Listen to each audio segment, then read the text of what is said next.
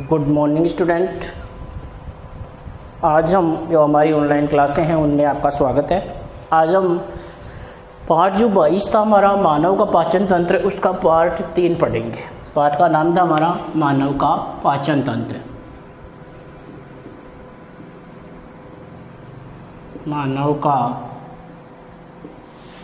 पाचन तंत्र, और पाचन तंत्र का हम पार्ट 3 पढ़ेंगे। पाचन तंत्र में हम पढ़ रहे थे कि जो पाचन तंत्र हमारा वो आहार नाल एवं पाचक ग्रंथियों से बना हुआ है। तो हम जो मानव की आहार नाल की संरचना पढ़ रहे हैं, उस आहार नाल में हमने पहला पढ़ लिया मुख्य व मुख्य गुहिका, दूसरा पढ़ लिया ग्रसनी, और तीसरा पढ़ लिया ग्रसिका। अब चौथा पॉइंट जो है उसकी बात करते हैं हम क्या, आमाशय। चौथा पॉइंट हमारा आमाशय। हम आमाशय की बात करते हैं तो ये उदर गुहा में अग्र बाईं और तनुपट के नीचे स्थित होता है। मतलब उदर गुहा में पाया जाता है और अग्र बाईं ओर होता है तनुपट के नीचे। मतलब ये तनुपट है, जैसे हमारा मान लो डायफ्राम है तनुपट, तो इस तनुपट के नीचे जैसे ही आ रही हमारी आहार नाल जो ग्रसिका, यहाँ से आकर के यह आमाशय से यहाँ पर पाया जाता है, अग्र बाईं ओर स्थित होता है। फिर ग्रसिका तनुपट को छेद कर उदर गुहा में प्रवेश करती है तथा आमाशय में खुलती है। अब आमाशय पेशीय थैले के समान भाग है और आमाशय के 3 भाग होते हैं। हमारा जो ये आमाशय है वो एक पेशीय थैले के समान भाग है। पेशीय थैले के समान भाग है, एक पेशीय थैले के समान भाग है। और इसके कितने भाग बताए गए आमाशय के? 3 भाग। 3 भाग बताए गए हैं। पहला भाग है कॉर्डियक भाग, एक भाग है इसका पाइलोरिक भाग, और एक है इसका फंडिस। देखो कॉर्डियक, फंडिस, और एक है इसका पाइलोरिक। ये 3 भाग है आमाशय के पाए जाते हैं। कॉर्डियक भाग वह भाग होता है आमाशय का जहाँ से आकर ग्रसिका जुड़ती है आमाशय से, वो भाग कहलाता है क्या? कॉर्डियक भाग। और फिर आमाशय जहाँ ग्रहणी से जुड़ता है वो भाग कहलाता है क्या? पाइलोरिक भाग। और इसका जो बाकी से इस बचा हुआ जो भाग है वो कहलाता है क्या? फंडिस। क्या कहलाता है? फंडिस भाग कहलाता है। ये ग्रासनाल से जुड़ा हुआ भाग है। ग्रासनाल और फंडिस भाग के मध्य में पाए जाने वाले भाग को कॉर्डिया कहते हैं। आमाशय का अधिकांश भाग जो मेन बॉडी है इसकी, या काय फंडिस, या इसको बोलते हैं काय, इसको फंडिस या क्या बोलते हैं? काय भाग कहते हैं इसका। ये जो कॉर्डियक भाग है वो तो किससे? ग्रसिका से जुड़ा हुआ भाग होता है, और ये फंडिस बोलते हैं, या इसको कहते हैं क्या? काय। फंडिस या जो काय भाग है इसका मुख्य भाग होता है। संपूर्ण भाग इसका बनाने कार्य करता है, लगभग 80% भाग इसका बना हुआ होता है। फिर कॉर्डिया कहते हैं, और ये जिस भाग से ग्रासनाल से जुड़ता है वहाँ कॉर्डियक अवरोधनी पाई जाती है। इसे कॉर्डिया का पार्ट या जठरागम अवरोधनी कहते हैं। अब देखो यहाँ पर ग्रसिका से जुड़ा हुआ ये भाग कॉर्डियक भाग है। यहाँ पर एक कपाट पाया जाता है जो भोजन को आमाशय से वापस ग्रसिका में जाने से रोकता है। उस कपाट को हम बोलते हैं क्या? कॉर्डियक कपाट, या कॉर्डियक कपाट की जगह उसको हम अवरोधनी भी लिखते हैं। कॉर्डियक अवरोधनी, कॉर्डियक अवरोधनी या कॉर्डियक कपाट हम इसको कहते हैं। उसके बाद में बात क्या आ रही है हमारी, या इस भाग को हम जठरागम अवरोधनी भी कहते हैं। इस कपाट को क्या बोलते हैं? जठरागम अवरोधनी।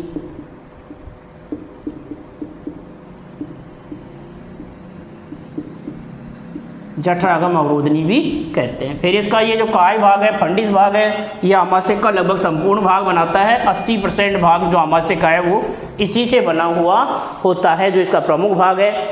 और इसमें अधिकांश जठररस स्राव होता है। यह आमाशय का मध्य भाग का निर्माण करता है और जठररस का स्राव है वो भी इसी भाग में क्या होता है, जठररस का स्राव होता है, जठररस का स्राव होता है और आमाशय के अधिकांश भाग का यह निर्माण करने का कार्य करता है। फिर पाइलोरिक कपाट, पाइलोरिक जो भाग है या जठर निर्गम भाग है, यह आमाशय का अंतिम भाग है जो ग्रहणी से जुड़ता है और पाइलोरिक भाग व ग्रहणी के बीच का भाग जो है वो पाइलोरस कहलाता है। यहाँ का जो भाग है ना उसको क्या कहा गया है, पाइलोरिस भाग। कौन सा भाग कहा गया है, पाइलोरिस भाग कहा गया है। और ये जो भाग है वो किससे जुड़ा हुआ है, ग्रहणी से जुड़ा हुआ है। यहाँ पर जो कपाट पाया जाता है उसे हम पाइलोरिक कपाट या जठर निर्गम कपाट, जठर निर्गम अवरोधनी कहते हैं, जो भोजन को ग्रहणी से वापस आमाशय में जाने से रोकने का कार्य करती है।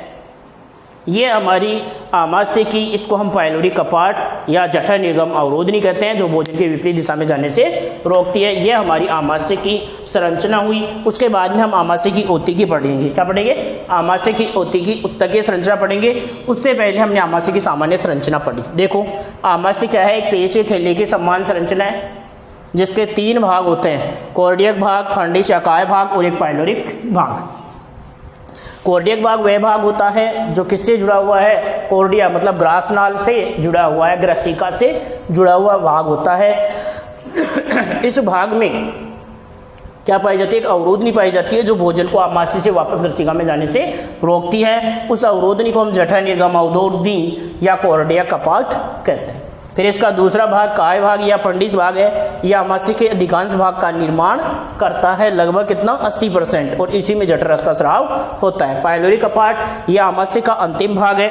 पाइलोरिक भाग क्या है, आमाशय का अंतिम भाग है और ये क्या कार्य करता है कि जो हमारा आमाशय है इसमें, उस आमाशय में जो जठररस स्राव होगा इसके बाद में आता है तीसरा पाइलोरिक भाग। ये आमाशय का अंतिम भाग है जो ग्रहणी से जुड़ता है। ग्रहणी व आमाशय के बीच के भाग को हम पाइलोरस कहते हैं। यहाँ पर जो पाया जाने वाला कपाट है वो है जठर निर्गम अवरोधनी। कौन सी है, जठर निर्गम अवरोधनी, या उसको हम पाइलोरिक कपाट कहते हैं, जो भी भोजन के विपरीत प्रवाह को रोकने का कार्य करती है, यानी ग्रहणी से वापस भोजन को आमाशय में जाने से रोकने का कार्य करती है। तो पहले हम आमाशय की सामान्य संरचना लिखे, फिर हम आमाशय की क्या पढ़ेंगे, ओतिकी पढ़ते हैं। तो आमाशय की सामान्य संरचना में डालो आमाशय, पॉइंट डालो आमाशय, और इसमें लिखो यह है उदर गुहा में अग्र बाईं ओर, यह है उदर गुहा में अग्र बाईं ओर, उदर गुहा में अग्र बाईं ओर तनुपट के नीचे स्थित होता है।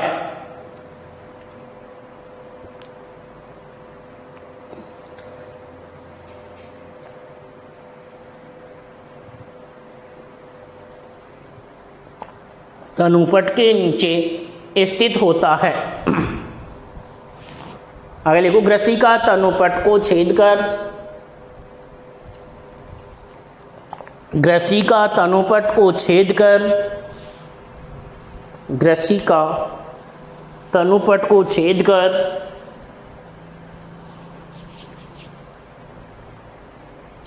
उदर गुहा में प्रवेश करती है तथा आमाशय में खुलती है। उदर गुहा में प्रवेश करती है तथा आमाशय में खुलती है, आमाशय में खुलती है।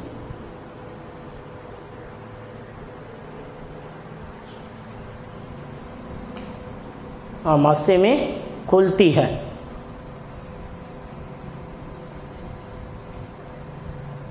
आमाशय में खुलती है, लिख लिया। आगे लिखो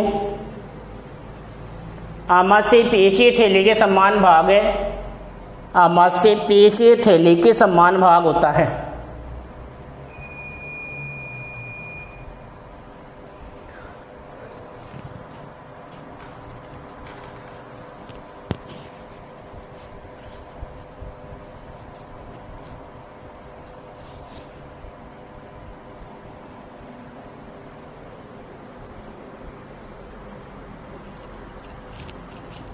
पेशी थैले के समान भाग होता है। आगे लिखो मनुष्य के आमाशय के 3 भाग होते हैं। मनुष्य में आमाशय के 3 भाग होते हैं। आमाशय के 3 भाग होते हैं। 3 भाग होते हैं।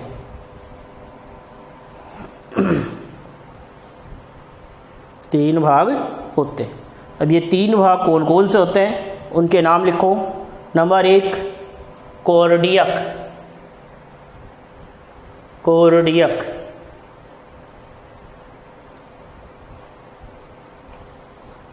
कॉर्डियक भाग। दूसरा लिखो फंडिस या काय भाग। और तीसरा लिखो पाइलोरिक। पाइलोरिक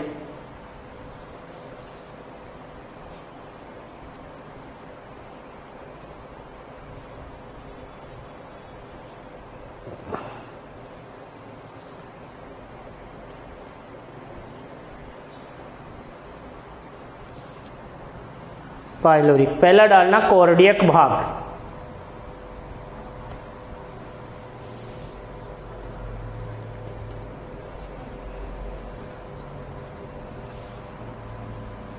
पहला डालो कॉर्डियक भाग। इसमें लिखो यह है ग्रसिका से, यह है ग्रसिका से जुड़ा हुआ, यह है ग्रसिका से जुड़ा हुआ छोटा भाग है।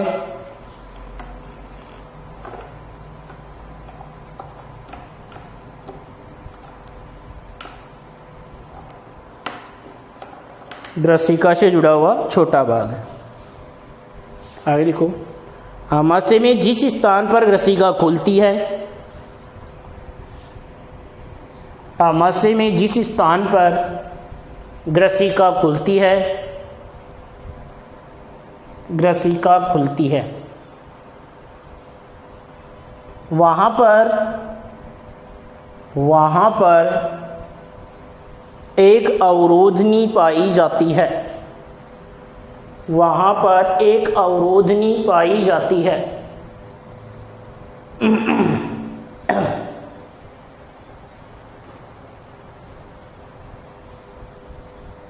उसे कॉर्डियक अवरोधनी, उसे कॉर्डियक अवरोधनी,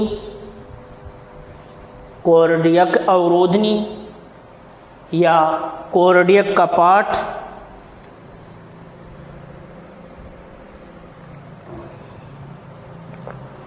उसे कॉर्डियक अवरोधनी या कॉर्डियक कपाट, कॉर्डियक कपाट या जठरागम अवरोधनी कहते हैं, या जठरागम अवरोधनी कहते हैं।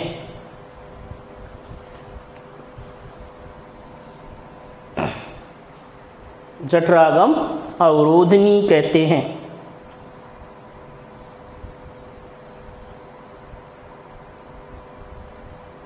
जठरागम अवरोधनी कहते हैं। आगे लिखो यह है भोजन को आमाशय में, यह है भोजन को आमाशय से ग्रास नाल में, यह है भोजन को आमाशय से ग्रास नाल में जाने से रोकती है। यह भोजन को आमाशय से ग्रास नाल में जाने से रोकती है।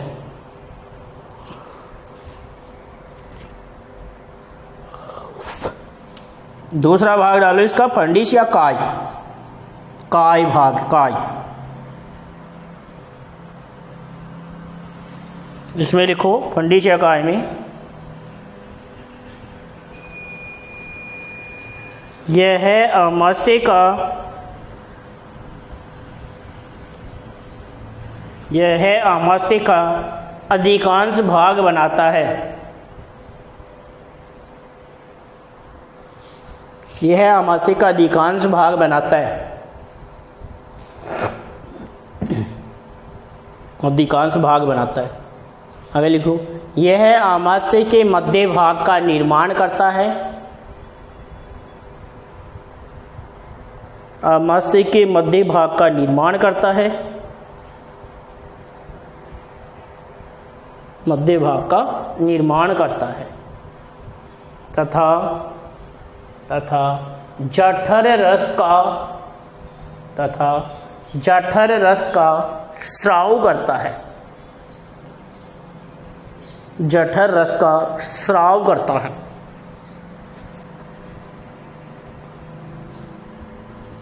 जठर रस का स्राव करता है।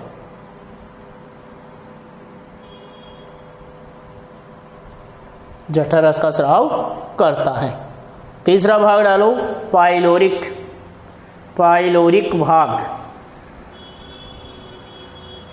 पाइलोरिक भाग, इसमें लिखो, यह आमाशय का अंतिम भाग होता है, यह आमाशय का अंतिम भाग होता है।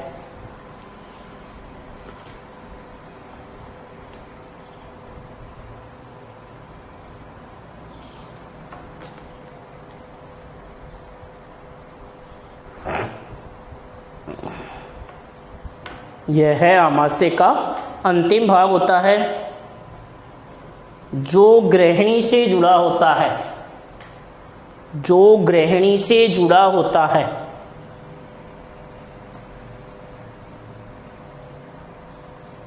ग्रहणी से जुड़ा होता है, ग्रहणी से जुड़ा होता है।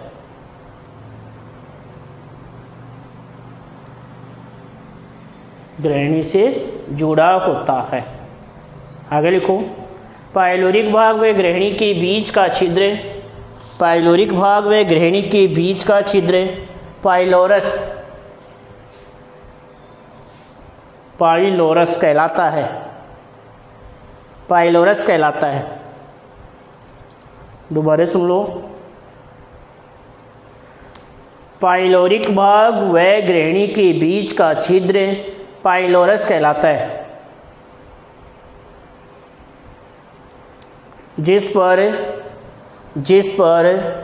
जठर निर्गम अवरोधनी पाई जाती है, जिस पर जठर निर्गम अवरोधनी पाई जाती है, जठर निर्गम अवरोधनी पाई जाती है, जठर निर्गम अवरोधनी पाई जाती है।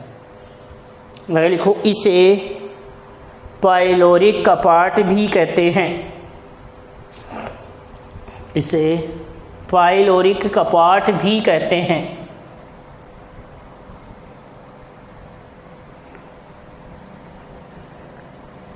पाइलोरिक कपाट भी कहते हैं।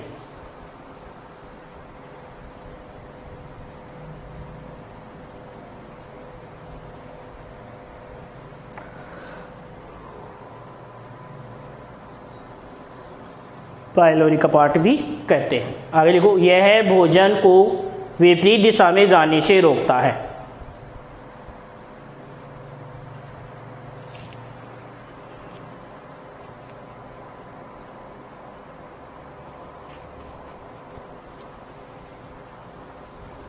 यह भोजन को विपरीत दिशा में जाने से रोकता है। ये हो गया हमारा आमाशय की संरचना। अब देखते हैं हम आमाशय की ओतिकी।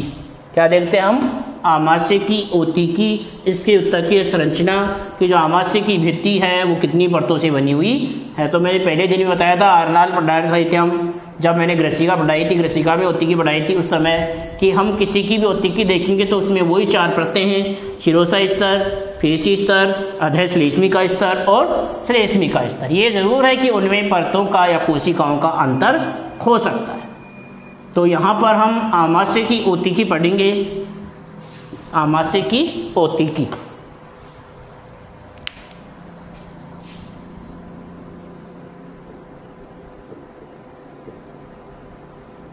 आमाशय की ओतिकी। आमाशय की जो ओतिकी हम पढ़ रहे हैं, उत्तकीय संरचना में इसकी पढ़ रहे हैं, तो इसकी ओतिकी जो है उसमें आमाशय की दीवारों में 4 परतें पाई जाती हैं, 4 स्तर पाए जाते हैं। नंबर 1 है शिरोसा स्तर। ये जो शिरोसा स्तर है वो सबसे बाहरी स्तर है, सबसे बाहरी स्तर है जो विसरल पेरिटोनियम का रूपांतरण होता है। किससे बना हुआ है?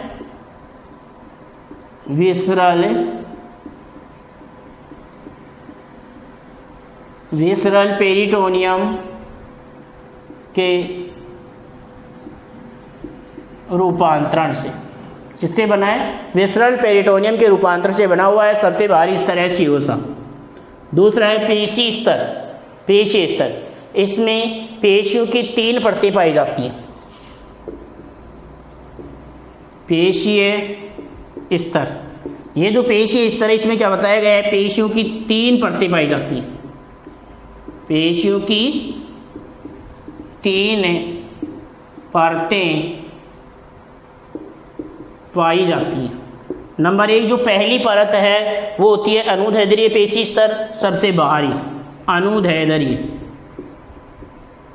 अनुदैर्ध्य पेशी स्तर, और यह है सबसे बाहरी। सबसे बाहरी स्तर है वो अनुदैर्ध्य पेशी स्तर। दूसरा जो स्तर है वो मध्य की परत है, वो है वर्तुल पेशी स्तर। वर्तुल पेशी स्तर, ये कौन सी है? मध्य की परत। फिर तीसरी जो परत है इसकी वो है त्रियक पेशी स्तर, ये सबसे भीतरी परत है। त्रियक पेशी स्तर, और ये सबसे भीतरी परत है। ये इसका दूसरा स्तर हो गया। तीसरे स्तर की हम बात करें तो वो तीसरा स्तर होता है अधश्लेष्मिका। अधश्लेष्मिका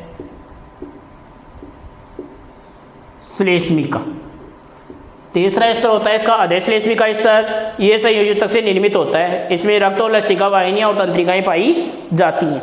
इसमें विकसित पेशीय श्लेष्मिका भी स्थित रहती है। ये जो अधश्लेष्मिका स्तर है ये बताया गया है किससे बना हुआ है? संयोजी उत्तक से। उसमें भी यही पढ़ा था हमने, संयोजी उत्तक से निर्मित होता है। इसमें पाई क्या क्या जाती हैं? रक्त वाहिनियां, लसिका वाहिनियां व तंत्रिका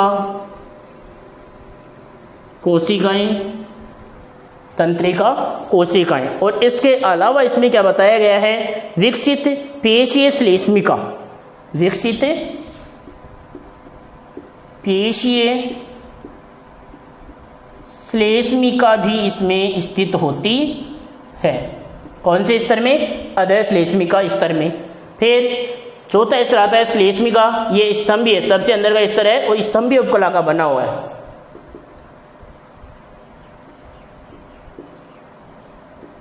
श्लेष्मिका सबसे अंदर का स्तर है। स्तंभीय उपकला का बना होता है। स्तंभीय उपकला का बना हुआ होता है। ये परत वलित होती है और कुछ कोशिकाएं रूपांतरित होकर इसमें निम्नलिखित स्रावी कोशिकाएं बनाती है। फिर क्या कह रहे हैं कि यह परत जो है वलयित होती है। यह परत वलयित होती है तथा इसमें कुछ कोशिकाएं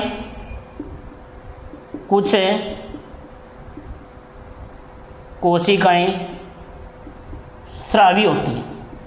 इसमें कुछ कोशिकाओं के नाम बताए गए हैं जो क्या कार्य करती हैं? स्रावी कोशिकाएं बनाती हैं। अब वो कौन सी हैं? पहली है श्लेष्मा कोशिकाएं या गॉबलेट कोशिकाएं। नंबर 1 गॉबलेट या श्लेष्म कोशिकाएं। गॉबलेट या श्लेष्म कोशिकाएं, ये गॉबलेट या श्लेष्म कोशिकाएं वो श्लेष्मा का स्राव करती हैं। दूसरी हैं ऑक्सेंटिक या पैराइटल कोशिकाएं। ऑक्सेंटिक या पैराइटल कोशिकाएं ऑक्सेंटिक या पैराइटल कोशिकाएं, ये स्राव करती हैं HCl का, ये स्राव करती हैं किसका, श्लेष्मा का। और तीसरी जो कोशिकाएं हैं वो है जाइमोजन कोशिकाएं, जाइमोजन कोशिकाएं या चीट कोशिकाएं या पेप्टिक कोशिकाएं। इसमें आमाशयी एंजाइमों का स्राव होता है। तीसरी कोशिकाएं हैं वो हैं जाइमोजन कोशिकाएं।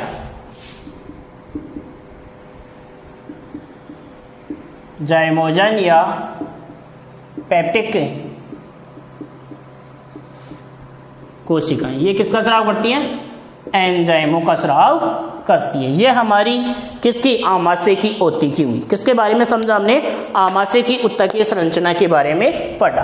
तो एक बार फिर से हम आमाशय की उत्तकीय संरचना को समझते हैं, रिवाइज करते हैं, फिर हम इसके बारे में लिखेंगे। तो सबसे पहले हमने आमाशय की ओतिकी देखी। तो आमाशय की ओतिकी जो है वो 4 परतों से बनी हुई है। कितने स्तर पाए जाते हैं इसमें, 4 स्तर पाए जाते हैं। सबसे पहला है विसरल स्तर, ये सबसे बाहरी स्तर है और विसरल पेरिटोनियम के रूपांतरण से बनता है। सीरोसा स्तर सबसे बाहरी स्तर है और विसरल पेरिटोनियम के रूपांतरण से बनता है। दूसरे स्तर की बात करें हम तो दूसरा स्तर है पेशीय स्तर। ये जो पेशीय स्तर है उसमें पेशियों की 3 परतें पाई जाती हैं।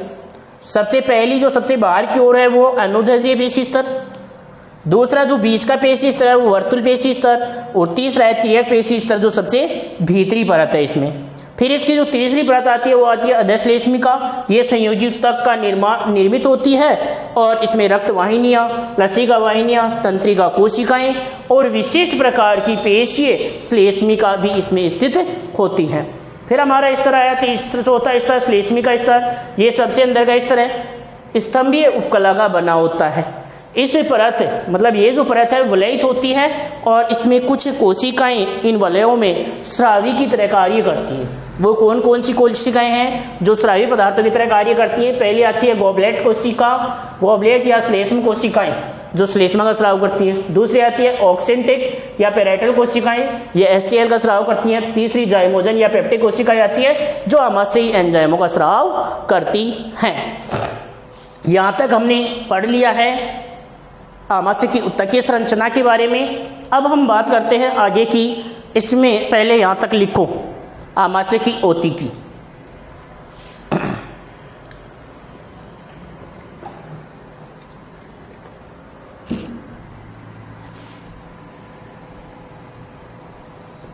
आमाशय की ओतिकी,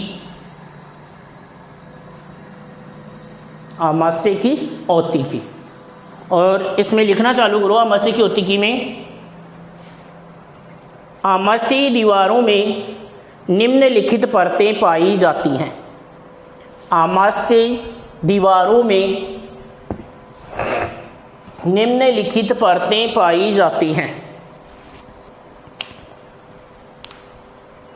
निम्नलिखित परतें पाई जाती हैं।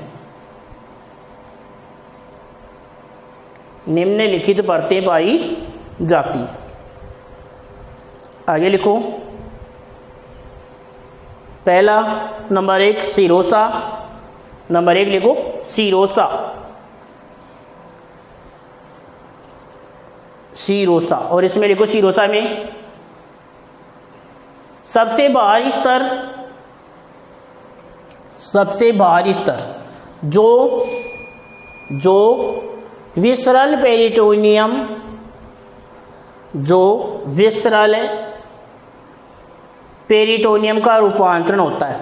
सबसे बाहरी स्तर जो विसरल पेरिटोनियम का रूपांतरण होता है।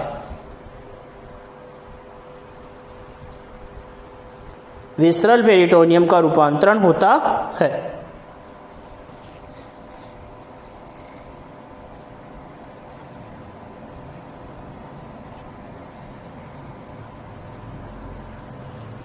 विसरल पेरिटोनियम का रूपांतरण होता है।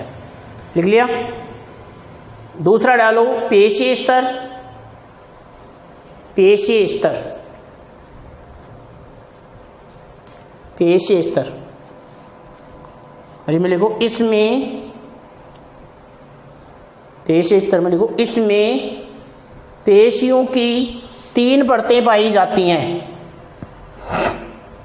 इसमें पेशियों की 3 परतें पाई जाती हैं। पेशियों की 3 परतें पाई जाती हैं। 3 परतें पाई जाती हैं। नंबर 1 नंबर डालो। अनुदैर्ध्य पेशी स्तर, अनुदैर्ध्य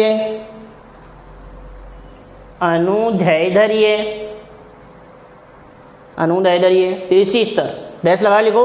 सबसे बाहरी परत, सबसे बाहरी परत,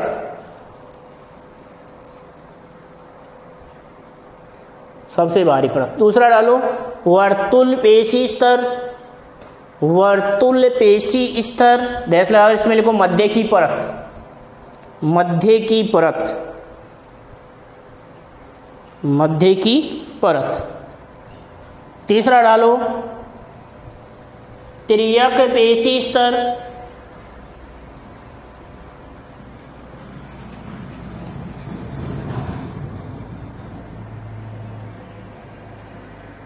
तिर्यक पेशी स्तर, तिर्यक पेशी स्तर, इसमें लिखो सबसे भीतरी परत, सबसे भीतरी परत,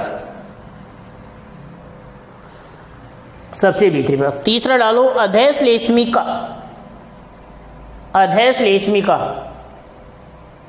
इसमें लिखो यह है संयोजी उत्तक से निर्मित, यह है संयोजी उत्तक से निर्मित स्तर है, यह है संयोजी उत्तक से निर्मित स्तर है, संयोजी उत्तक से निर्मित स्तर है, संयोजी उत्तक से निर्मित स्तर है।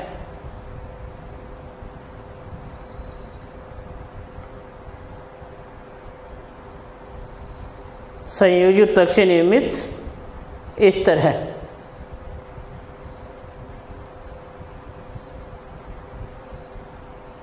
संयोजी उत्तक से निर्मित स्तर है। इसमें रक्त व लसिका वाहिनियां, इसमें रक्त व लसिका वाहिनियां, इसमें रक्त व लसिका वाहिनियां, तंत्रिका कोशिकाएं, रक्त व लसिका वाहिनियां, तंत्रिका कोशिकाएं,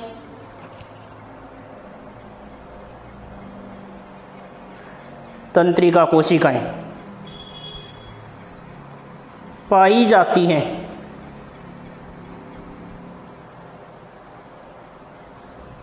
पाई जाती है। आगे लिख, इसमें विकसित पेशीय, इसमें विकसित पेशीय श्लेष्मिका भी स्थित होती है, इसमें विकसित पेशीय श्लेष्मिका भी स्थित रहता है, इसमें विकसित पेशीय श्लेष्मिका भी स्थित रहता है। फिर चौथा स्तर डालो श्लेष्मिका, चौथा स्तर डालो इसका श्लेष्मिका,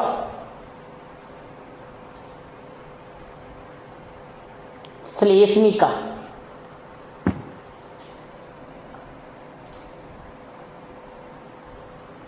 श्लेष्मिका में लिखो यह है सबसे अंदर का स्तर है, यह है सबसे अंदर का स्तर है जो स्तंभीय उपकला का बना होता है, यह है सबसे अंदर का स्तर है जो स्तंभीय उपकला का बना होता है।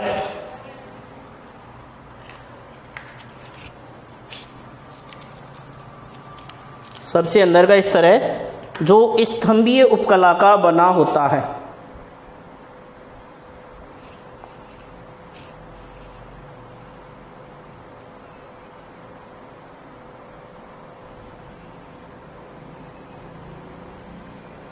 सबसे अंदर का स्तर है जो स्तंभीय उपकला का बना होता है। आगे लिखो यह परत वलयित होती है, यह परत वलयित होती है, वलयित होती है, वलयित होती है। आगे लिखना इसकी कुछ कोशिकाएं रूपांतरित होकर इसकी कुछ कोशिकाएं रूपांतरित होकर निम्नलिखित कुछ कोशिकाएं रूपांतरित होकर निम्नलिखित स्रावी कोशिकाएं बनाती हैं। निम्नलिखित स्रावी कोशिकाएं बनाती हैं।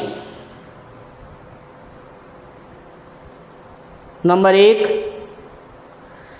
निम्नलिखित स्रावी कोशिकाएं बनाती हैं, उसमें नंबर 1 लिखो। नंबर 1 गॉबलेट या श्लेष्म कोशिकाएं। गॉबलेट या श्लेष्म कोशिकाएं। गॉबलेट या श्लेष्म कोशिकाएं, इसमें डैश लगा कर लिखो। इनसे श्लेष्मा का स्राव होता है।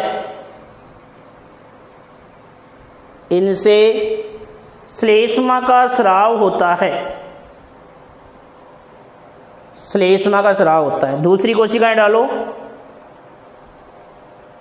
ऑक्सेंटिक या पैराइटल कोशिकाएं। ऑक्सेंटिक या पैराइटल कोशिकाएं,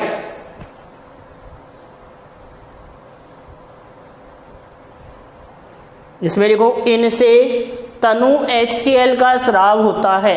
इनसे तनु HCl का स्राव होता है। तनु HCl का स्राव होता है।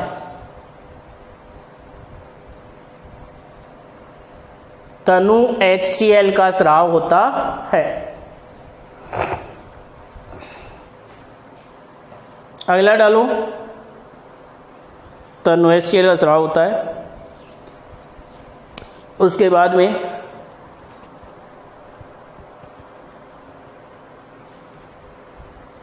तनु HCl का स्राव होता है। तीसरी डालो जाइमोजन या पेप्टिक कोशिकाएं। जाइमोजन या पेप्टिक कोशिकाएं या चीप कोशिकाएं। जाइमोजन या पेप्टिक या चीप कोशिकाएं।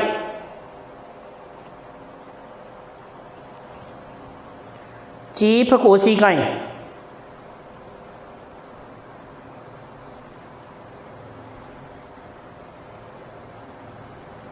चीप कोशिकाएं,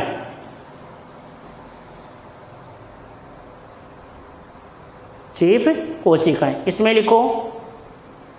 इनसे आमाशयी एंजाइमों का स्राव होता है। आमाशयी एंजाइमों का स्राव होता है। एंजाइमों का स्राव होता है।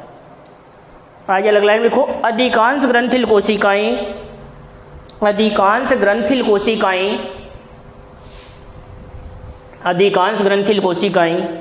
आमाशय के मध्य भाग में पाई जाती हैं।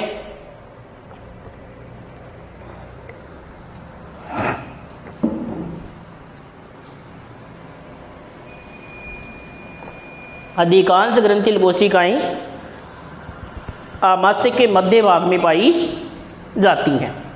ये हो गया हमारा आमाशय का पॉइंट, जो आज का वो था पूर्ण। अब हम अगला पॉइंट पढ़ते हैं आंत्र। किसके बारे में पढ़ते हैं? आंत्र के बारे में पढ़ते हैं। हमने आमाशय की सामान्य संरचना और आमाशय की उत्तक की संरचना, दोनों संरचनाएं हमने आमाशय की पढ़ ली हैं। अब हम आंत्र के बारे में पढ़ते हैं।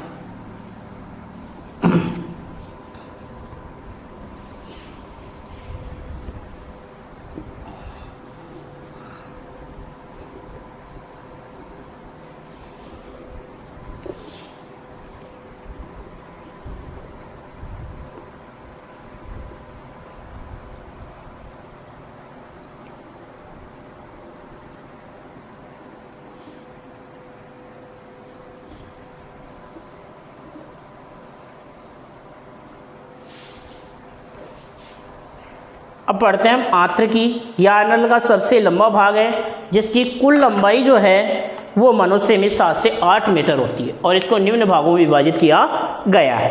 अब हम पढ़ रहे हैं किसको? आंत्र के बारे में पढ़ रहे हैं। किसके बारे में पढ़ रहे हैं? आंत्र के बारे में पढ़ रहे हैं। ये जो हमारे आंत्र है वो मनुष्य में 7 से 8 मीटर लंबी होती है। 7 से 8 मीटर लंबी होती है। फिर इसमें क्या बता रहे हैं कि ये है मनुष्य में कुल लंबाई में आर आर का सबसे लंबा भाग हो गया। फिर इसके दो भाग हैं, छोटी आंत और बड़ी आंत। कितने भाग हैं इसके? 2 भाग हैं, एक है इसका छोटी आंत और एक है बड़ी आंत। छोटी आंत को क्षुद्रांत्र बोलते हैं और बड़ी आंत को बृहदांत्र कहते हैं। इसे 2 भागों में बांटा गया है, छोटी आंत या क्षुद्रांत्र या क्षुद्रांत्र। सही। दूसरा इसका भाग वो है बड़ी आंत या बृहदांत्र, बृहदांत्र या बृहदांत्र, या ऐसे ही बोलते हैं इसको, बृहदांत्र, बृहदांत्र। अब देखो इसके जो क्षुद्रांत्र है हमारी या छोटी आंत है, उसके 3 भाग है, ग्रहणी, अग्र क्षुद्रांत्र और इलियम। इसके 3 भाग हैं। नंबर 1 है वो है ग्रहणी, दूसरा है अग्र क्षुद्रांत्र, अग्र क्षुद्रांत्र और फिर इलियम। ये 3 भाग हैं इसके, इलियम, अग्र क्षुद्रांत्र और ग्रहणी। और बड़ी आंत के सिक्कम, कोलोन और मलास्य। इसके बड़ी आंत के भागों की बात करें हम तो इसके भी 3 भाग हैं, सिक्कम, कोलोन और मलास्य। ये किसके भाग हैं? बड़ी आंत के भाग हैं। अब हम छोटी आंत की बात करते हैं तो यह आमाशय के पाइलोरस भाग छोटी आंत में खुलता है, जिसकी लंबाई करीब 7.5 मीटर होती है। इसके 3 भाग हैं। मतलब आमाशय का कौन सा भाग? पाइलोरस भाग। आमाशय का पाइलोरस भाग है वो छोटी आंत में खुलता है। छोटी आंत की लंबाई है लगभग 7.5 मीटर। और इसके 3 भाग हैं। उसमें पहला भाग आता है ग्रहणी भाग। पहला भाग कौन सा आता है? ग्रहणी। इसका अग्र भाग है और ये यू आकृति का होता है। इसकी लंबाई 25 सेमी होती है। ये छोटी आंत का अग्र भाग है। और कैसी आकृति का? यू आकृति का, या इसको कहीं ऐसे भी लिखा हो सी आकृति का तो भी सही है। और इसकी लंबाई ये कितनी? लगभग 25 सेमी होती है। इसकी लंबाई कितनी बताई गई है? 25 सेमी इसकी लंबाई होती है। इसकी समीपस्थ भुजा से सहपित वाहिनी आकर खुलती है और पित्त नलिका का दूरस्थ सिरा एम्पुला ऑफ वेटर का बना होता है।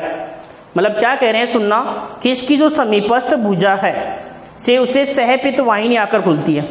इसकी समीपस्थ भुजा से सहपित वाहिनी आकर खुलती है। सहपित वाहिनी आकर खुलती है। समीपस्थ भुजा में क्या आकर खुल रही है? सहपित्त वाहिनी आकर खुलती है। और पित्त नलिका का, इसकी जो पित्त नलिका उसका दूरस्थ जो सिरा है वो एम्पुला ऑफ वेटर बनाता है। क्या बनाता है? Ampulla of waiter. पित्त वाहिनी का दूरस्थ सिरा एम्पुला ऑफ वेटर। पित्त वाहिनी का दूरस्थ सिरा किसका निर्माण करता है? एम्पुला ऑफ वेटर का निर्माण करता है, जिसका छिद्र जो है, जिसका छिद्र ओडी की अवरोधनी से नियंत्रित होता है। जिसका छिद्र किससे नियंत्रित होता है? ओडी की अवरोधनी से। ओडी की अवरोधनी से। यानी ओडी का जो कपाट है, ओडी की अवरोधनी है, वो कहाँ पर पाई जाती है? कि जहाँ पर ग्रहणी में पित्त वाहिनियाँ आकर खुलती हैं। जहाँ पर ग्रहणी में पित्त वाहिनी आकर खुलती है, पित्तरस का स्राव होता है, अग्नाशय से ही रस निकलता है, तो वहाँ पर जो अवरोधनी पाई जाती है वो क्या कहलाती है? ओडी की अवरोधनी। फिर जेजेनम, ये मध्य व सकरा भाग होता है इसका। जेजेनम जो भाग है इसका वो कौन सा है? मध्य सकरा भाग है जो करीब 1 मीटर लंबा होता है। और पश्च भाग कुंडलित भाग है जिसकी लंबाई 6.5 मीटर होती है। और इसकी कुंडलित जो रचना है उसे मेजेंटम के द्वारा बनी हुई रहती है। फिर हम इसकी डोडिनियम की जो ओतिकी है, डियोडिनम जो है इसकी क्षुद्र आंत्र है, उसकी जो हम ओतिकी देख रहे हैं उसमें वही 4 स्तर हैं, शिरोसा स्तर, पेशीय स्तर, अधश्लेष्मिका स्तर और श्लेष्मिका स्तर। क्षुद्र आंत्र की ओतिकी देखें तो इसकी ओतिकी निम्नलिखित को छोड़कर डोडिनियम की ओतिकी के समान है इसमें भी। तो अब हम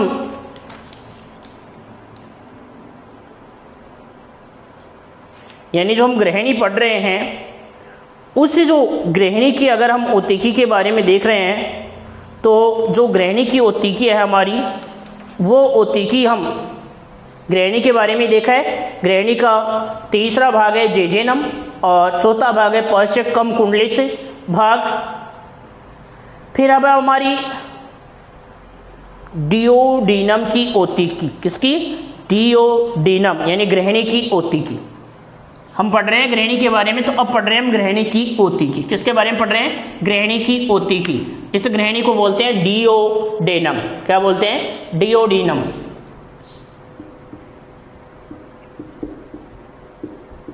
डियोडिनम भी कहते हैं इसको। तो डियोडिनम है, उसकी हम ओतिकी देखते हैं या ग्रहणी की ओतिकी देखते हैं। तो इस ग्रहणी की जो ओतिकी है उसमें भी कितने स्तर हैं? वही 4 स्तर हैं। कितने स्तर हैं? 4 स्तर हैं। कौन कौन से? नंबर 1 शिरोसा स्तर, 2 नंबर पेशी स्तर, 3 नंबर अधः श्लेष्मिका स्तर और 4 नंबर पर है वो है श्लेष्मिका। 4 नंबर का स्तर कौन सा है? श्लेष्मिका। तो शिरोसा स्तर, पेशी स्तर, अधश्लेष्मिका स्तर और श्लेष्मिका स्तर, ये हमारे इसके कितने स्तर हैं? 4 स्तर हैं। जिसमें सबसे पहला जो स्तर बता रहे हैं हम शिरोसा स्तर। कौन सा स्तर बता रहे हैं? शिरोसा। ये सबसे बाहरी परत है। पेशीय स्तर में इसमें 2 पेशीय परतें पाई जाती हैं, बाह्य अनुदैर्ध्य और आंतरिक वर्तुल। सबसे पहले तो हमने ये देखा कि शिरोसा स्तर इसका सबसे बाहरी स्तर है। ये तो इसका सबसे बाहरी स्तर। इसमें 2 प्रकार की पेशियां पाई जाती हैं, एक तो बाह्य अनुदैर्ध्य और एक आंतरिक वर्तुल। आंतरिक वर्तुल पेशीय स्तर। पेशीय स्तर में इसमें 2 प्रकार की कोशिकाएं, 2 प्रकार की पेशियां पाई जाती हैं। एक तो बाहरी अनुदैर्ध्य पेशी स्तर और एक है आंतरिक वर्तुल पेशी स्तर। अधश्लेष्मिका ये संयोजी ऊतक से निर्मित होता है। इसमें रक्तवाहिनियां, लसिका और तंत्रिकाएं पाई जाती हैं एवं इसमें अनेक बोर्नर्स ग्रंथियां पाई जाती हैं जो श्लेष्मा का स्राव करती हैं। मतलब वही उसमें देखा ना, उसी प्रकार से ये जो अधश्लेष्मिका स्तर है वो वही उसमें अभी तक पढ़ा हमने, वही संयोजी ऊतक से बना हुआ रक्त लसिका वाहिनियां, रक्त लसिका वाहिनियां और इसके अलावा क्या बताया? तंत्रिका कोशिकाएं। ये हमने कहाँ कहाँ पर किस किस में देखा? जब गर्शिका की ओतिकी पढ़ रहे थे तो भी था ये चीज़, तो आमाशय की ओतिकी देखी तो भी थी। लेकिन एक अलग चीज़ जो इसमें है वो है बोर्नर की ग्रंथियाँ। क्या है? बोर्नर्स ग्रंथियाँ। बोर्नर्स ग्रंथियाँ, बोर्नर्स ग्रंथियाँ जो किसका स्राव करती हैं? श्लेष्मा का स्राव करती है। यानी इसमें बोर्नर्स ग्रंथियां पाई जाती हैं जो श्लेष्मा का स्राव करती हैं, जो श्लेष्मा का स्राव करती है। फिर श्लेष्मिका स्तर, ये सबसे अंदर का परत है और स्तंभीय कोशिकाओं की एक परत से बनी होती है। मतलब अब इसका चौथा जो श्लेष्मिका स्तर है वो स्तंभीय स्तर की एक परत का बना होता है, एक परत का बना हुआ होता है। और क्या बताया इसमें? ये तो बता दिया एक परत का बना होता है। फिर ये बताया कि इसमें अनेक क्या होते हैं? रसांकुरों का निर्माण। मतलब इसकी कोशिकाओं की परत बनी होती है और वो अनेक रसांकुरों का निर्माण करती है। क्या करती है? अनेक रसांकुरों का निर्माण करती है। अनेक रसांकुरों का निर्माण करती है। फिर आगे हम देख रहे हैं कि इसमें जो ये रसांकुर हैं वो अंगुली के समान प्रवृत्त होते हैं और इन रसांकुरों के मध्य लीबर कुहन की दरारें पाई जाती हैं। मतलब इन रसांकुरों के मध्य क्या बताया गया है, लीबर कुहन की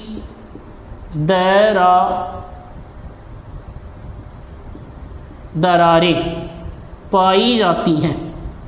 लीबर कुहन की दरारें पाई जाती हैं इन रसांकुरों के मध्य। कुछ कोशिकाएं रूपांतरित होकर इसमें गॉबलेट कोशिकाएं बनाती हैं जो श्लेष्मा का स्राव करती हैं, और इसी में कुछ कोशिकाएं रूपांतरित होकर क्या बनाती हैं, गॉबलेट कोशिकाएं।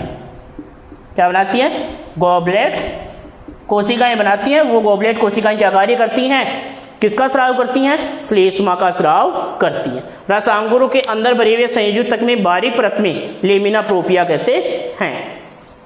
तो यह हमारी ग्रहणी की क्या हुई, ओती की हुई। ग्रहणी की ओती की पढ़ रहे हैं, दोबारा से पढ़ेंगे। इसकी ओती की में 4 स्तर हैं। शिरोसा स्तर सबसे बाहरी स्तर है। पेशीय स्तर पेशियों का बना हुआ है। इसमें 2 प्रकार की पेशियां होती हैं, एक तो बाहरी तो अनुदैर्ध्य पेशियां और आंतरिक वर्तुल पेशियां। अधः श्लेष्मिका स्तर के बारे में देखा, संयोजक तक से बना हुआ है। रक्तवाहिनियां, लसिका वाहिनियां, तंत्रिका कोशिकाएं पाई जाती हैं। इसके अलावा इसमें बोनर्षीय ग्रंथियां पाई जाती हैं जो श्लेष्मा का स्राव करती हैं।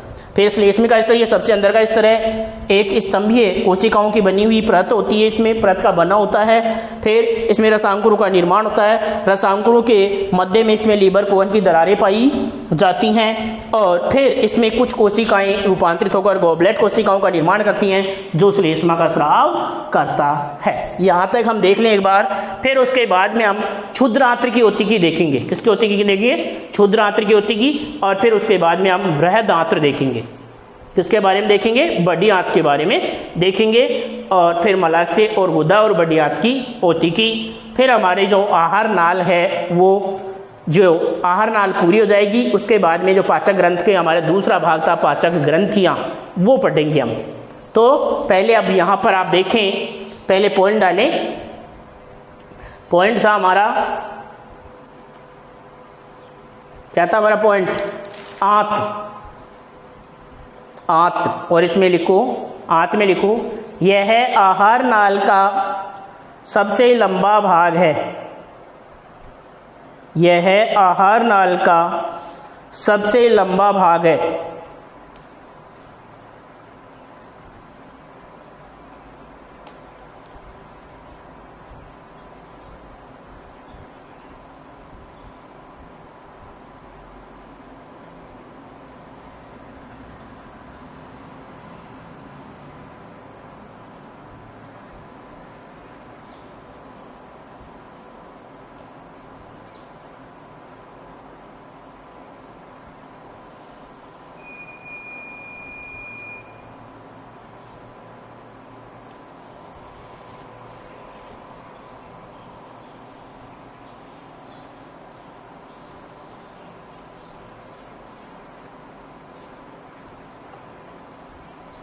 यह आहार नाल का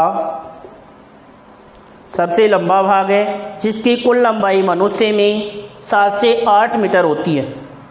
जिसकी कुल लंबाई मनुष्य में 7 से 8 मीटर होती है।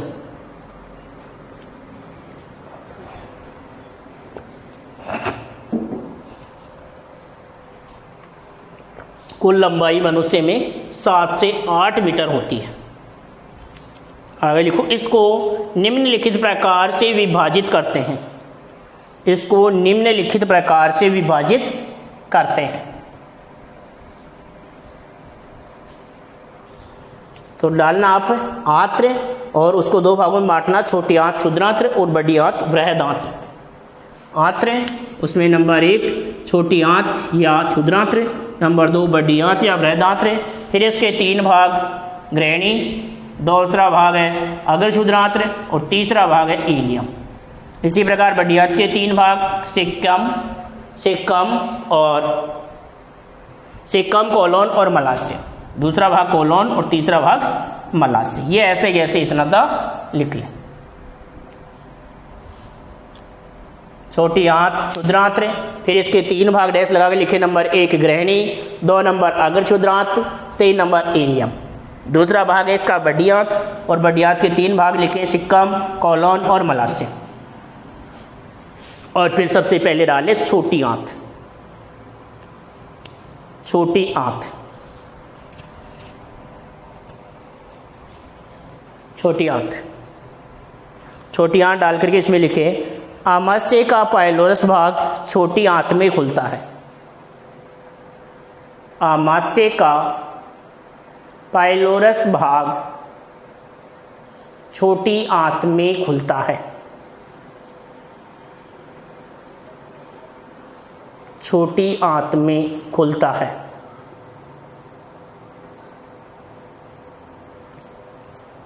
छोटी आंत में खुलता है। आगे लिखो,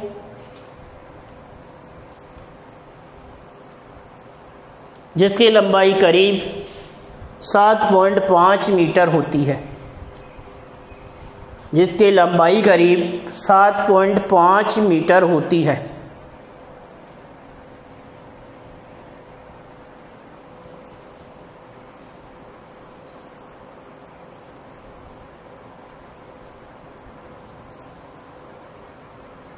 सात 7.5 मीटर होती है। इसके 3 भाग होते हैं।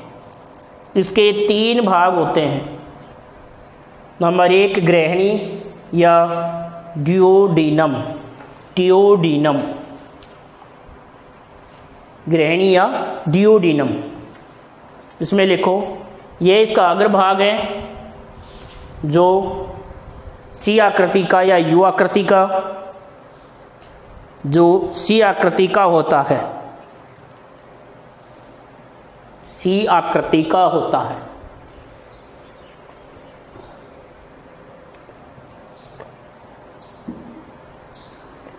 सी आकृति का होता है।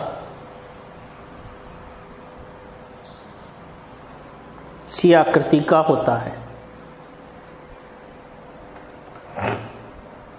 सी आकृति का होता है। लिख लिया?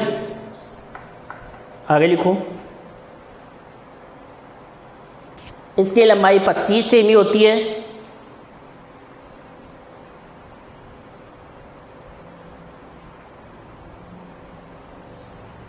इसकी लंबाई 25 सेमी होती है। अगली, इसकी समीपस्थ भुजा से, इसकी समीपस्थ भुजा से सहपित वाहिनी आकर खुलती है। इसकी समीपस्थ भुजा से सहपित वाहिनी आकर खुलती है। सहपित वाहिनी आकर खुलती है।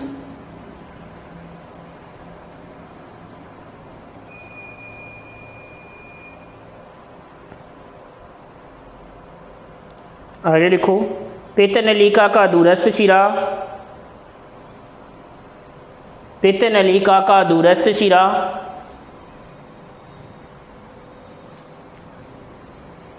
दूरस्थ शिरा ampulla of waiter, ampulla of waiter बनाता है। पित्त नलिका का दूरस्थ शिरा एम्पुला ऑफ वेटर बनाता है। एम्पुला ऑफ वेटर बनाता है।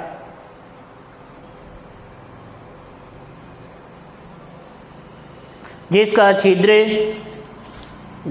छिद्र एम्पुला ऑफ वेटर बनाता है, जिसका छिद्र ओडी या ओडी की अवरोधनी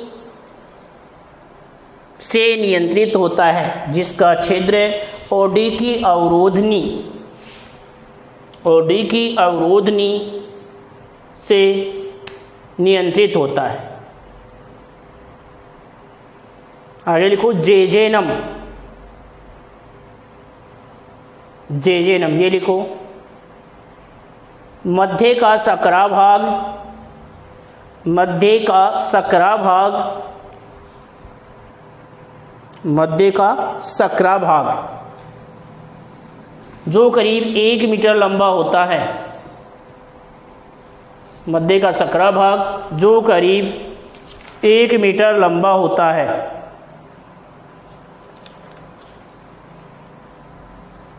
जेजेनम बोलते हैं किसको? अगर क्षुद्रांत्र को। अगर क्षुद्रांत रहे उसको बोलते हैं जेजेनम, जेजेनम भी कहते हैं इसको। तो ये कम कुंडलित भाग है, मध्य का सकरा भाग है, करीब 1 मीटर लंबा है। फिर तीसरा भाग है इलियम, इसमें लिखो पश्च तथा कुंडलित भाग, पश्च तथा कुंडलित भाग, पश्च तथा कुंडलित भाग, पश्च तथा कुंडलित भाग, जिसकी लंबाई 6.5 मीटर होती है।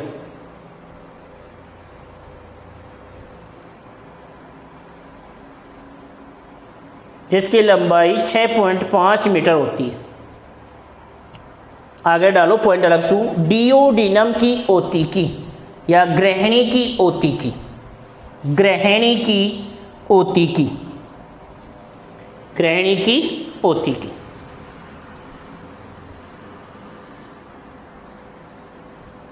ग्रहणी की ओतिकी, ग्रहणी की ओतिकी में लिखो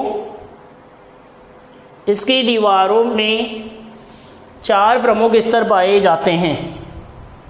इसकी दीवारों में 4 प्रमुख स्तर पाए जाते हैं।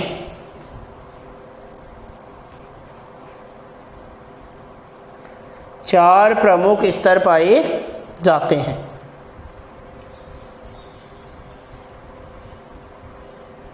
चार प्रमुख स्तर पाए जाते हैं। नंबर 1 सीरोसा, सीरोसा, पहला जो स्तर है वो है सीरोसा। इसमें लिखो यह है सबसे बाहरी परत है,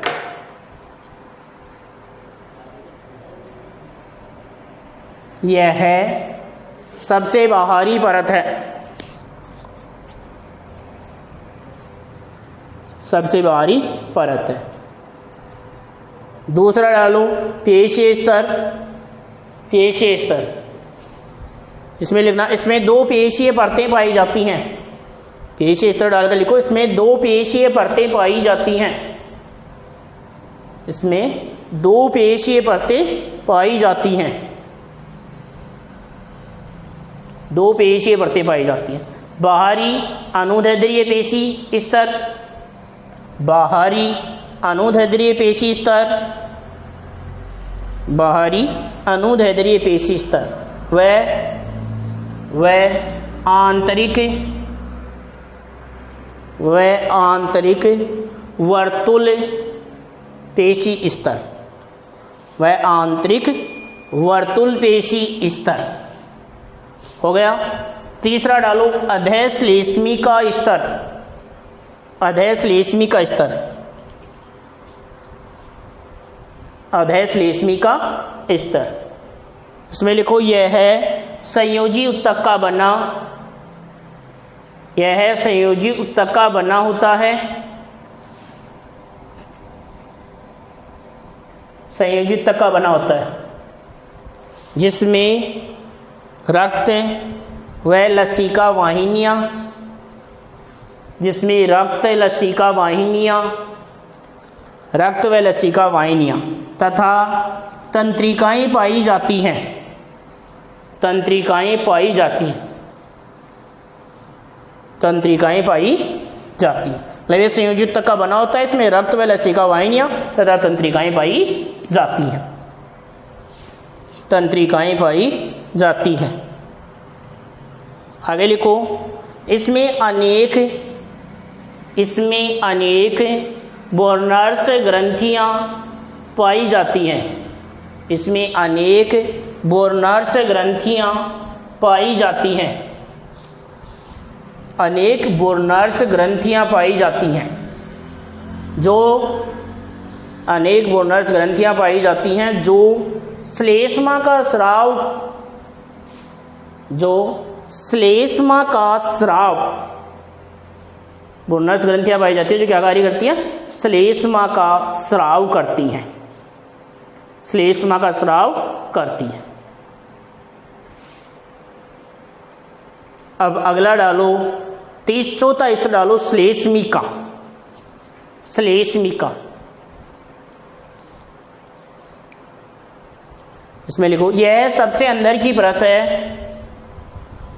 यह सबसे अंदर की परत है, यह सबसे अंदर की परत है, जो सबसे अंदर की परत है जो स्तंभीय कोशिकाओं की एक परत से बनी होती है, जो स्तंभीय कोशिकाओं की एक परत से बनी होती है।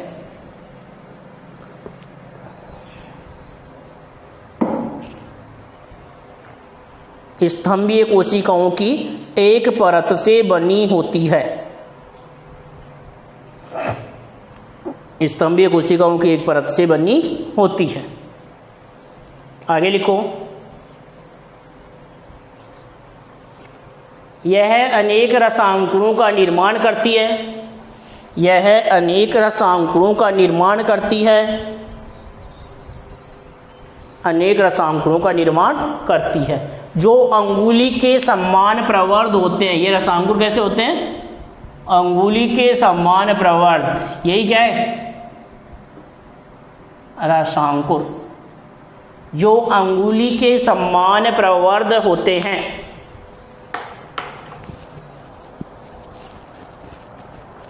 अंगुली के समान प्रवर्ध होते हैं। आगे लिखो, इन रसांकुरों के मध्य लीबर कुहन की दरारें पाई जाती हैं। इन रसांकुरों के मध्य लीबर कुहन की दरारें पाई जाती हैं। इन रसांकुरों के मध्य लीबर कुहन की दरारें पाई जाती हैं। लीबर कुहन की दरारें पाई जाती हैं।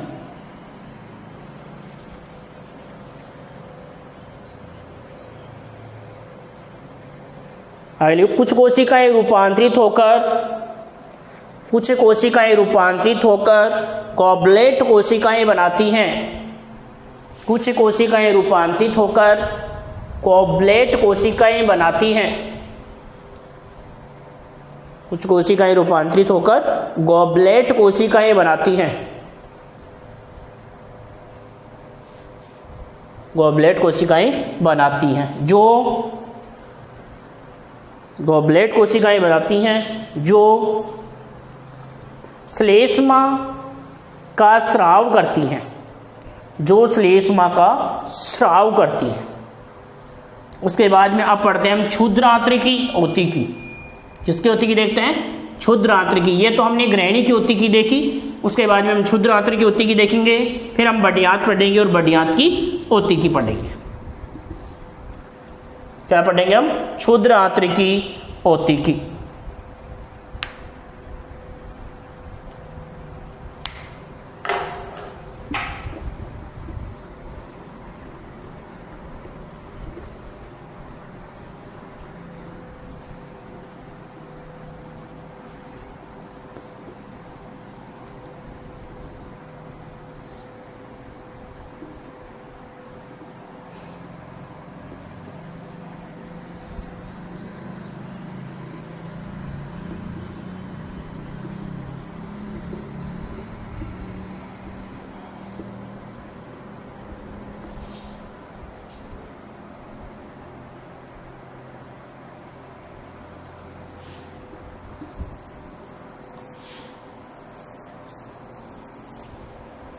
अब पॉइंट डालो, क्षुद्र आंत्रिकी ओतिकी। क्षुद्र आंत्र की ओतिकी। अब ध्यान देना, क्षुद्र आंत्र की जो ओतिकी है वो भी ग्रहणी के समान है, लेकिन इसकी जो ओतिकी है उसमें कुछ विशेषताएं हैं, वो देखो। पहली है कि क्षुद्रांत्र जो है उसका जो अधोश्लेष्मी का स्तर है उसमें बोर्नर्स की ग्रंथियां नहीं पाई जाती। इलियम के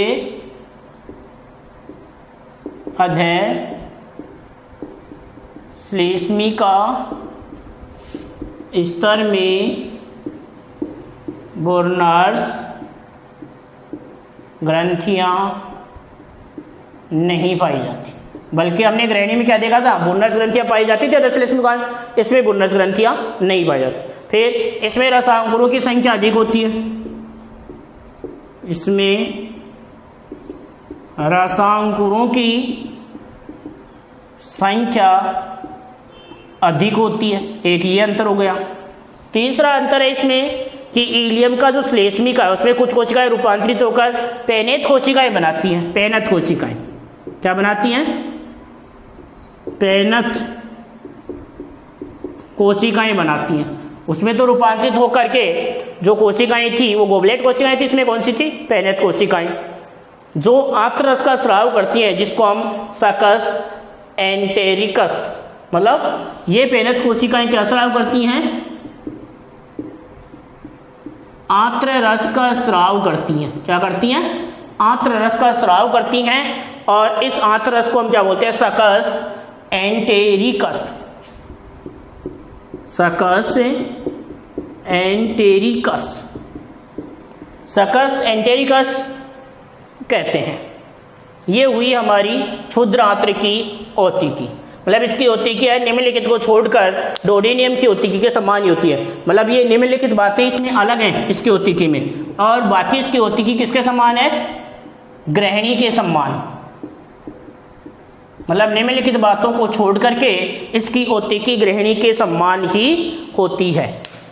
मतलब इसकी ओतिकी है उसमें निम्नलिखित जो बात है उनको छोड़ करके इसकी जो ओतिकी बताई है वो किसके समान बताई है? ग्रहणी के समान। तो वो बातें कौन कौन सी? पहली तो यह है कि इलियम के अधेय श्लेष्मिका स्तर में बूनर्स की ग्रंथियां नहीं पाई जाती।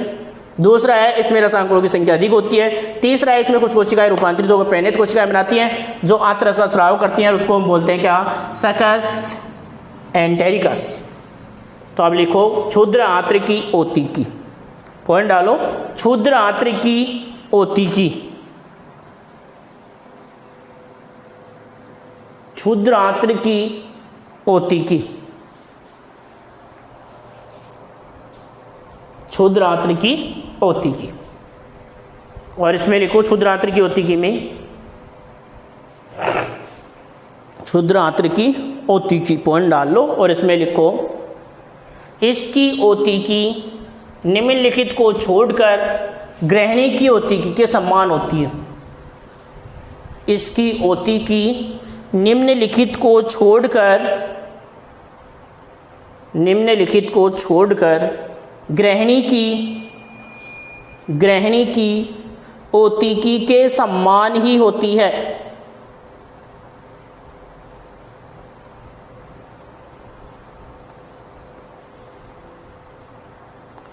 ग्रहणी की ओतिकी के समान ही होती है। अब वो निम्नलिखित कौन सा है? नंबर एक,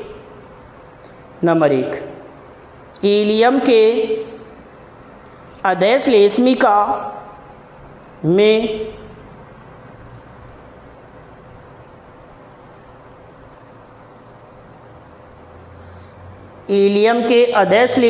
में बोर्नर्स ग्रंथियों का अभाव होता है। इलियम के अधेय श्लेष्मिका स्तर में बोर्नर्स ग्रंथियों का अभाव होता है, या बोर्नर्स ग्रंथियां नहीं पाई जाती।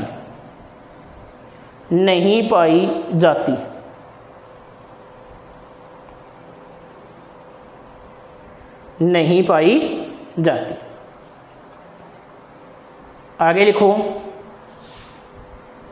दूसरा पॉइंट, इसमें रसांकुरों की संख्या अधिक होती है। इसमें रसांकुरों की संख्या अधिक होती है। रसांकुरों की संख्या अधिक होती है।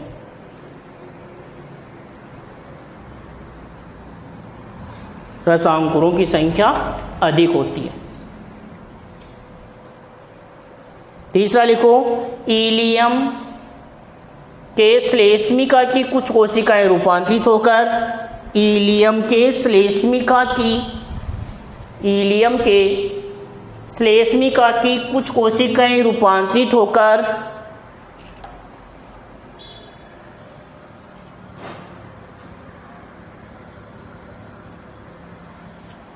इलियम के श्लेष्मिका की कुछ कोशिकाएं रूपांतरित होकर पैनथ कोशिकाएं बनाती हैं। पैनत कोशिकाएं बनाती है।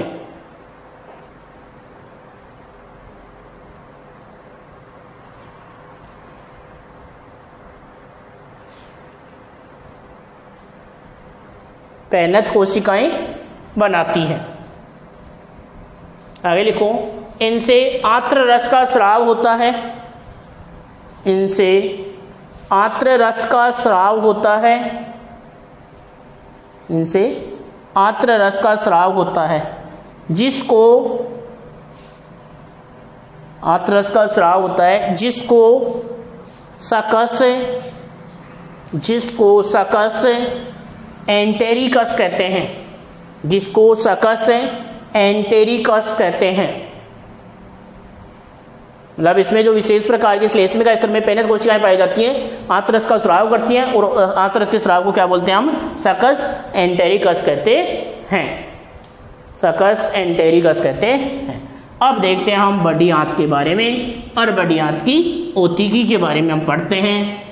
उसके साथ ही हमारी जो ये आहार नाल की जो संरचना थी वो टॉपिक पूरा होगा।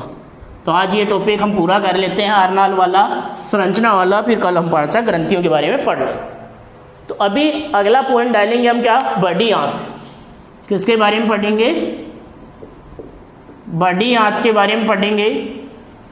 तो ये जो बड़ी आंत है उसमें क्या बता रहे हैं? देखो, आहार नाल का अंतिम खंड है वो बड़ी आंत होता है। इसका व्यास अधिक होता है, इसकी लंबाई 1.5 मीटर होती है। 1.5 मीटर इसकी लंबाई है, और इसका जो व्यास होता है वो क्या होता है? अधिक। इसका व्यास अधिक होता है, इसकी लंबाई 1.5 मीटर होती है। इसकी लंबाई है। बड़ी आंत के 3 भाग हैं, उंडुक, बृहदांत्र और मलाशय से मिलकर बनी होती है। उंडुक जो इसका भाग है, उंडुक जो इसका भाग है वो छोटी और बड़ी आंत की संधि पर पाया जाता है। छोटी व बड़ी आंत की संधि पर पाया जाने वाला जो भाग है वो कहलाता है उंडुक। आगे, आंत की संधि पर पाया जाता है। मनुष्य में ये अवशेषी अंग होता है। उंडुक के सिरे पर अंगुली के समान प्रवर्ध होता है, जो लगभग 1 सेमी व्यास का और 8 सेमी लंबा होता है। अब क्या कह रहे हैं कि ये जो उंडुक है वो मनुष्य में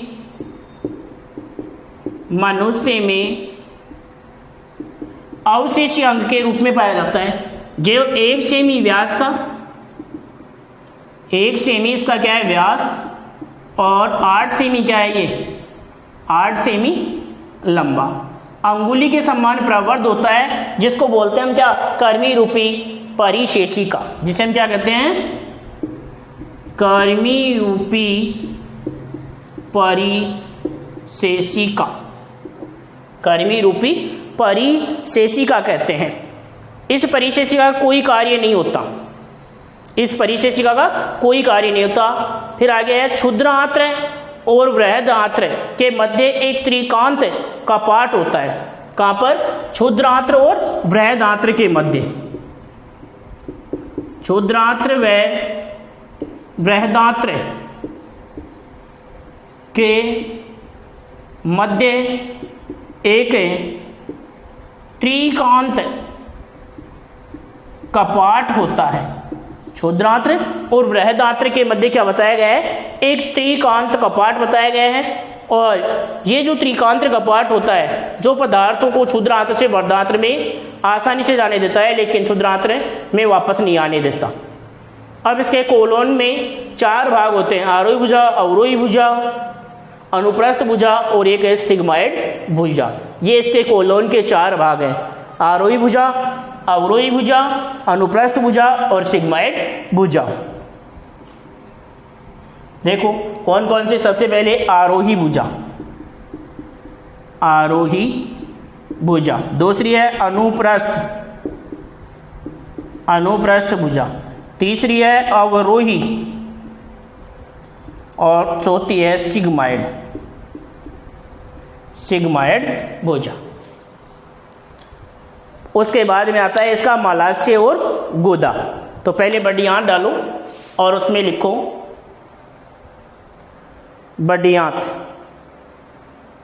बड़ी आंत। इसमें लिखो आहार नाल का अंतिम खंड बड़ी आंत होता है। आहार नाल का अंतिम खंड बड़ी आंत होता है।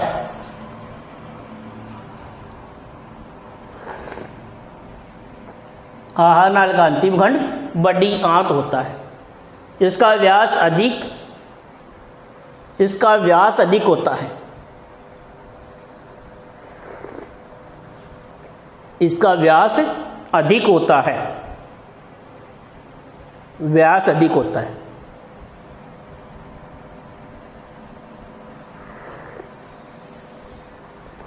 इसका व्यास अधिक होता है।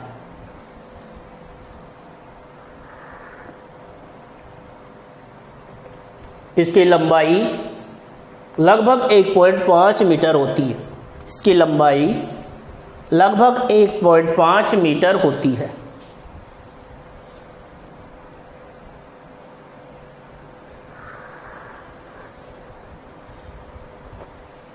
आगे लिखो, बड़ी आंत 3 भागों से मिलकर बनी होती है। बड़ी आंत 3 भागों से मिलकर बनी होती है। 3 भागों के नाम लिखना, उंडुक, बृहदांत्र व मलाशय। उंडुक, बृहदांत्र व मलाशय। उंडुक, बृहदांत्र व मलाशय। उंडुक, बृहदांत्र व मलाशय से मिलकर बनी होती है। बनी होती है।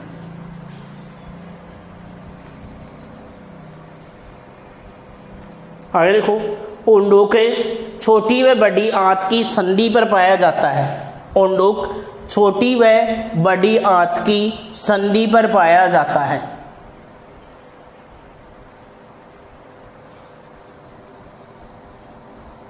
उंडुक छोटी व बड़ी आंत की संधि पर पाया जाता है। आगे लिखेंगे, यह मनुष्यों में अवशेषी अंग के रूप में होता है। यह मनुष्यों में अवशेषी अंग के रूप में होता है।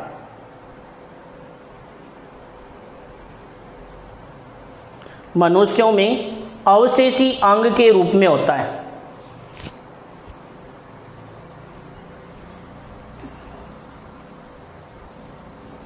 आगे लिखो, उंडुक के सिरे पर अंगुली समान बंद प्रवर्ध। उंडुक के सिरे पर अंगुली समान बंद प्रवर्ध जो लगभग 1 सेमी व्यास व 8 सेमी लंबा होता है। अंगुली समान बंद प्रवर्ध जो लगभग 1 सेमी व्यास व 8 सेमी लंबा होता है। 8 सेमी लंबा होता है, जिसे कर्मी रूपी परिशेषिका कहते हैं। जिसे कर्मी रूपी परिशेषिका कहते हैं। परिशेषिका, कर्मी रूपी परिशेषिका कहते हैं। परिशेषिका कहते हैं। आगे लिखो, मनुष्यों में इसका कोई कार्य नहीं है। मनुष्यों में इसका कोई कार्य नहीं है। मनुष्यों में इसका कोई कार्य नहीं है। इसका कोई कार्य नहीं है। इसका कोई कार्य नहीं है। आगे लिखो, क्षुद्रांत्र एवं बृहदांत्र के मध्य, क्षुद्रांत्र एवं बृहदांत्र के मध्य एक त्रिकांत्र, एक त्रिकांत्र, त्रिकांत्र, क्षुद्रांत्र व बृहदांत्र के मध्य एक त्रिकांत्र कपाट होता है। त्रिकांत्र कपाट होता है। कपाट होता है जो भोजन के, त्रिकांत्र कपाट होता है जो भोजन के विपरीत प्रवाह को रोकता है। विपरीत प्रवाह मतलब छोटे हाथ से बड़ी आंत में तो जाने देता है, लेकिन बड़ी आंत से वापस छोटे हाथ में नहीं आने देता।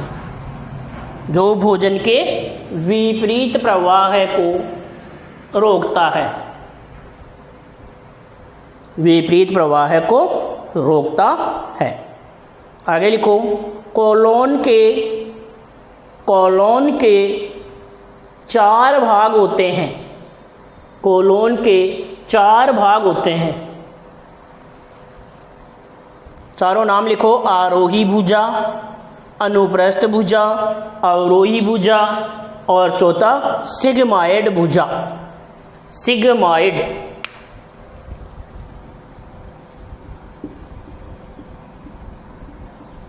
सिग्माइड, सिग्माइड भुजा, ये चौथा है। ये कोलोन के भाग है, सिग्माइड भुजा, आरोही भुजा, अनुप्रस्थ भुजा, अवरोही भुजा और सिग्माइड भुजा। उसके बाद में डालो मलाशय व गुदा। बड़ी आंत का अंतिम भाग है मलाशय व गुदा। यार नाल का भी अंतिम भाग है मलाशय व गुदा। तो पॉइंट डालो मलाशय व गुदा।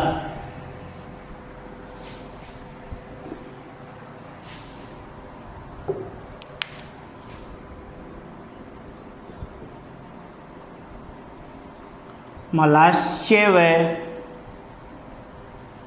गुदा, मलाशय व गुदा। देखो अब इसमें क्या कह रहे हैं, बड़ी आंत का ये अंतिम भाग है उसको मलाशय कहते हैं, जो गुदा द्वारा बाहर खुलता है। यानी बड़ी आंत का अंतिम भाग क्या कहलाता है, मलाशय। और ये शरीर से बाहर खुलता है, किसके द्वारा, गुदा द्वारा शरीर से बाहर खुलता है। गुदा के चारों ओर 2 अवरोधियाँ पाई जाती हैं। मतलब क्या कह रहे हैं कि जो गुदा है हमारा, उसके चारों ओर 2 अवरोधनियाँ होती हैं। कितनी अवरोधनियाँ, 2 अवरोधनियाँ होती हैं। इसमें जो बाहरी अवरोधनी होती है, आंतरिक अवरोधनी होती है चिकनी पेशियों से, बाहरी अवरोधनी अवरेखित पेशियों से बनी होती है। कि इसकी जो आंतरिक अवरोधनी है, आंतरिक अवरोधनी वो होती है चिकनी पेशियों से निर्मित, मतलब हमारा उस पर कोई नियंत्रण नहीं होता।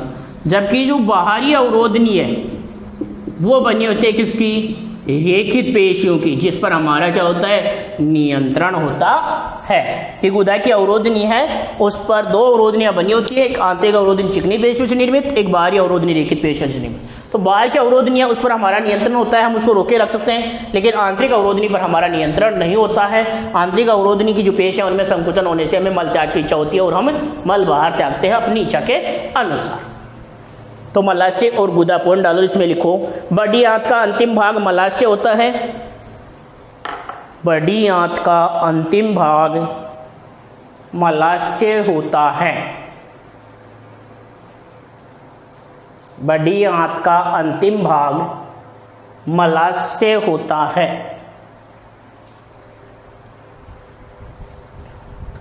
अंतिम भाग मलाशय होता है।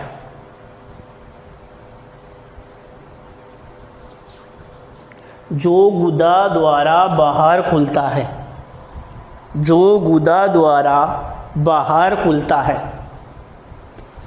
जो गुदा द्वारा बाहर खुलता है, गुदा द्वारा बाहर खुलता है।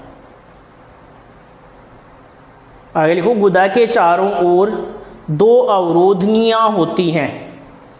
गुदा के चारों ओर 2 अवरोधनियां होती हैं। गुदा के चारों ओर 2 अवरोधनियां होती हैं।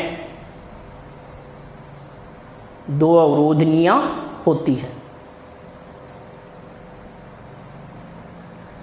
आगे लिखो, आंतरिक अवरोधनी चिकनी पेशी, आंतरिक अवरोधनी चिकनी पेशी, आंतरिक अवरोधनी चिकनी पेशी तथा बाह्य अवरोधनी रेखित पेशी से बनी हुई होती है। आंतरिक अवरोधनी चिकनी पेशी तथा बाह्य अवरोधनी रेखित, बाह्य अवरोधनी रेखित पेशी से बनी हुई होती है। रेखित पेशी से बनी हुई होती है, बनी हुई होती है। अब देखेंगे हम बड़ी आंत की ओती की। अगला पॉइंट है अब हमारा लास्ट पॉइंट आरनाल का, बड़ी आंत की ओती की। अगला पॉइंट डाले बड़ी आंत की ओती की। बड़ी आंत की ओती की। बड़ी आंत की ओतिकी भी देखें तो इसकी ओतिकी में भी वही 4 उत्तकीय स्तर पाए जाते हैं। इसमें श्लेष्मिका की कोशिकाएं केवल श्लेष्मा स्रावित करती है। श्लेष्मिका की कोशिकाएं है ना इसमें, वो केवल श्लेष्मा स्रावित करती है। श्लेष्मिका की कोशिकाएं क्या करती हैं? केवल और केवल एक ही कार्य करती हैं, क्या? श्लेष्मा स्रावित। फिर इसमें और क्या नहीं पाए जाते? रसांकुरों का अभाव होता है, रसांकुरों का अभाव होता है यहाँ पर। फिर एक क्या, इसमें कोई भी पाचक रस का स्राव नहीं होता है। यहाँ पर किसी भी पाचक रसों का स्राव नहीं होता है। वृद्धरात्र का ऊपरी अनुदैर्ध्य पेशी स्तर में 3 पट्टिकाएं पाई जाती हैं, जिनको हम क्या कहते हैं? टीनी कहते हैं। आंत की भित्ति इन पट्टिकाओं के बीच बीच में चूसकांगों के रूप में उभरी होती है। वृद्धरात्र में अनेक सहजीवी जीवाणु भरे रहते हैं, जैसे ई कोलाई, एस्चेरियाई कोलाई। मतलब इस जो वृद्धरात्र में अनेक सहजीवी जीवाणु भी होते हैं।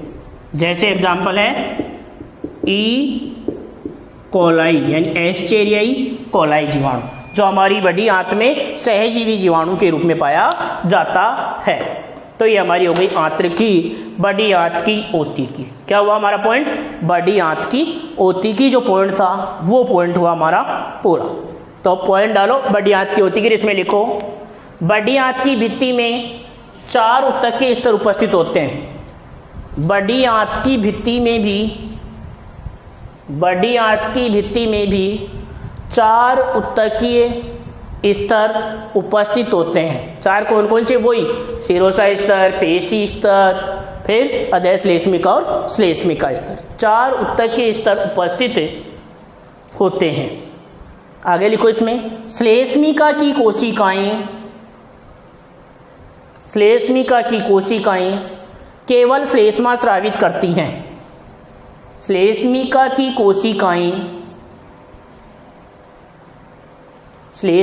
कोशिकाएं केवल श्लेष्मा स्रावित करती हैं। केवल श्लेष्मा स्रावित करती हैं। आगे लिखो इसकी भित्ति में रसांकुरों का अभाव होता है। इसकी भित्ति में रसांकुरों का अभाव होता है। रसांकुरों का अभाव होता है। आगे लिखो इसकी उपकला कोशिकाओं में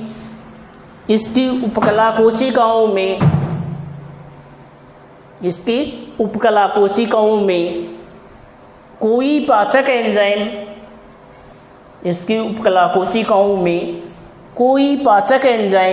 नहीं होता है। कोई पाचक एंजाइम नहीं होता है।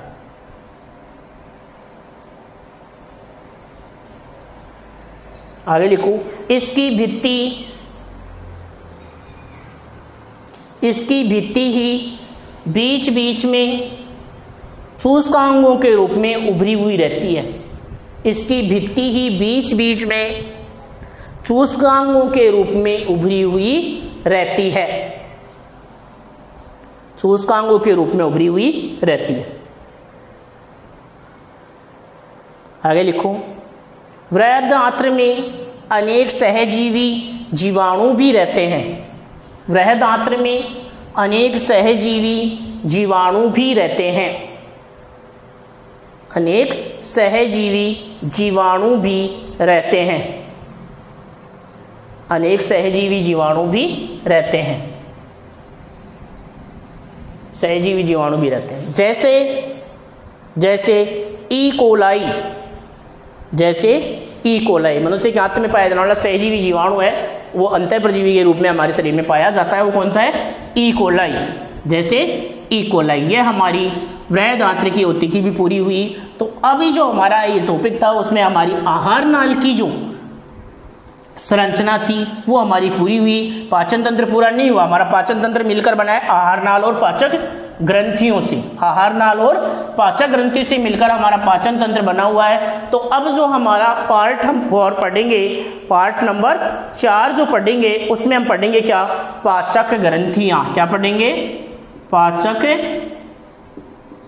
ग्रंथियां। अगला हमारा टॉपिक होगा पाचक ग्रंथियां। डाल सकते हो आप, आगे हेडिंग डाल लो पाचक ग्रंथियां। ये जो पाचक ग्रंथियों वाला टॉपिक है वो हम पढ़ेंगे अगले पार्ट में। आज की जो क्लास है वो हम यहीं समाप्त करते हैं। जय हिंद, जय भारत।